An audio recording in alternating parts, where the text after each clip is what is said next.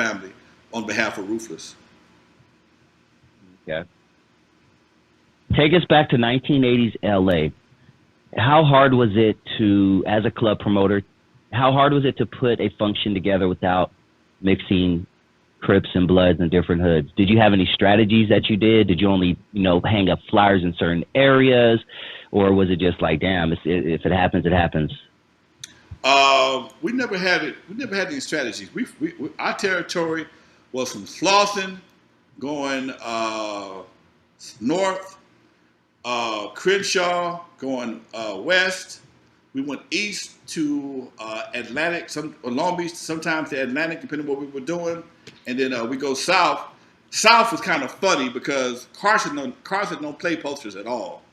Oh, yeah. Carson don't play posters at all. Carson been the hardest. Carson and Culver City have always been the hardest place in the world, hardest place in the city to hang posters. Okay, so we had to skip over Carson. We stopped at Alondra, skip over Carson, and may pick up again at Pacific Coast Highway in Wilmington. Okay, so we inviting everybody, but usually people look at Avalon. No, I ain't going over there. It wasn't a whole lot of decisions. It wasn't a whole lot of strategy. They strategized themselves, or if they came correct. I remember talking to Snake Puppy from the LA Dream Team. He said him and Egyptian Lover would walk from like 63rd and Florence or something like that to Eve After Dark, and they would hang out until 2:00 and walk back home. That's a lot. That's like 60-something blocks. Okay. So many hoods, 100 hoods. You going through? That's like you just became the Warriors. The Warriors, exactly. Yeah, Warriors. You just became the Warriors. Okay. But again, man, you got to understand. Pre-dope in LA, you could get a pass. You could walk. You could do that. Okay. It wasn't until the dope came into the city when you couldn't pass because nobody could trust nobody. Okay, if they saw you and you looked like you might have been a buster, or you wearing one of them sky outfits, the long coat and the pants rolled up with the white socks, ain't nobody messing with you. You ain't no threat. Okay, but if you come through there mobbing, you're gonna get checked. Mm-hmm. And even if it was like two cats that like Egypt and Snake.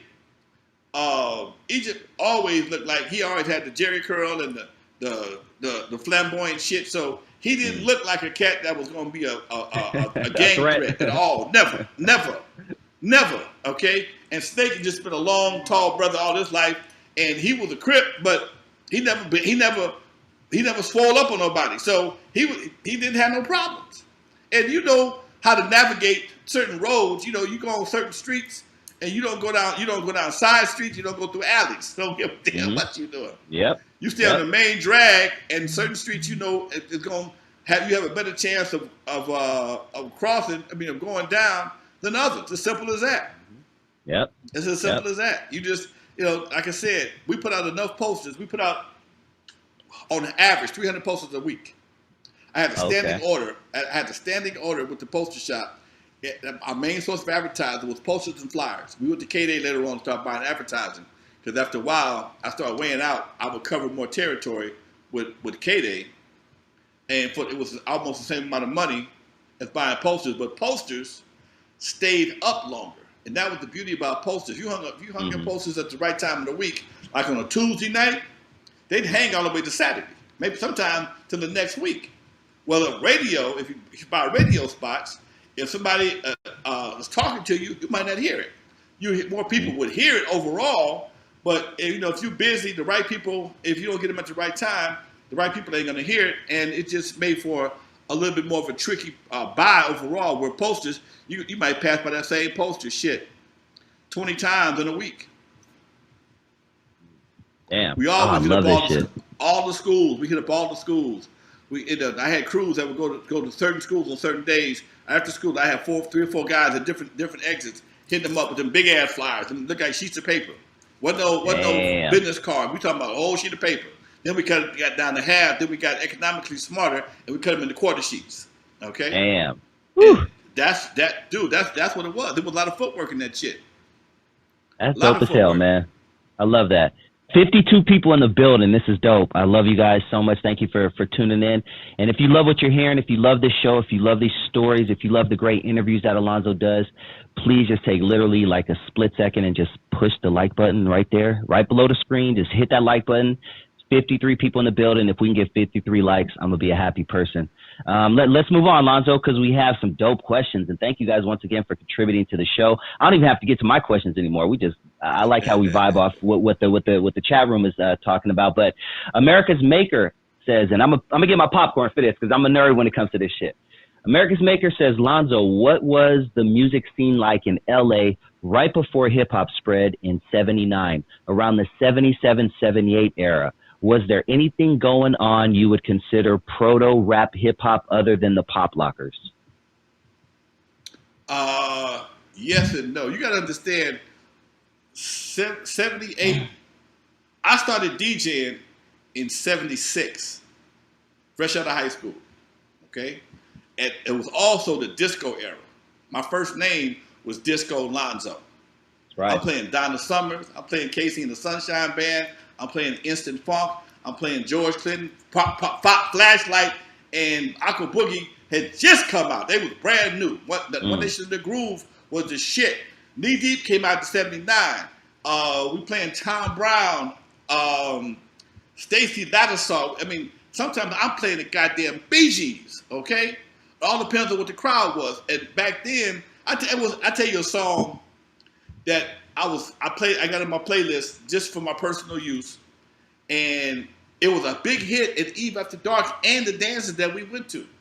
It was a song by the Doobie Brothers, and folks forgot their boogie to it. Not minute by minute. It was called Doot Doot Doot Doot. She was somewhere back in her long ago. I'll look it up. Sentimental fool. And that was a cut at Alpine Village. Okay? Here, I got you. Huh? It is What a Fool Believes. What a Fool Believes. I would play What a Fool Believes at Alpine Village, and folks had this little two-step they would do, and that was a cut. I took that same shit to Eve After Dark. So the musical, the music vibe of that time was diverse as shit. Okay? You had Prince coming out. You had Michael just about to drop. I'm still playing Jackson 5 shit sometimes. Rick James is out. All this shit is at the same time. So we was bombarded with shit on a regular basis. So we constantly trying out new shit. And it just, and then you had Slave. You had Cameo. You had Confunction. All these groups at the same time. Then you had the Gap Band coming out. I mean, it was like you did one of the biggest songs at Eve After Dark was by Gap Band, Oops Upside Your Head. Okay? Yep. And one of the lines was they go heave, ho, heave, and at the club they go, Eve got hoes, Eve got hoes. That was the line that, I mean, that's the kind of shit we did. Okay? Prince, Head by Prince. Okay? You know, and the whole club, girls and all, Head. Oh, I'm sorry, that's Luke. I'm sorry, wrong Head. But anyway, they would be singing the song. Okay. Oh yeah, oh yeah, oh yeah, oh yeah. That was part of the shit. Okay, we played all the Prince's shit. Okay, Damn Sexual Romance, Lady Cab Driver, and shit. When the room got too sweaty, we broke that shit down to International Lover or Adore. We did all that shit. So the musical vibe was vast. That's why I had to have 4 DJs, and even after dark, including myself, because nobody played the same shit, and sometimes the crowd would require more of this than the other, and sometimes they didn't have the experience. They didn't understand what was going on. So sometimes I had to go in there like a pinch hitter and tap the DJ on the shoulder. I got it. And that's only because I had more experience than anybody else. By the time I got Even After Dark, I had done 300 parties easy. I know that sounds like a lot. I'd easily done 300 That's parties. a year. Yeah. That's a year or two. I was working my ass off. All kind of parties. So I've seen all kind of vibes, all kind of parties, and I knew at some point in time, when you get stuck in a corner as a DJ, the best thing to do is break that shit all the way down. Kill it for a minute, and kill it, and then bring it back up. We built it. It's like anything else. Tear it down to the frame, to the bare minimum, and build it back up.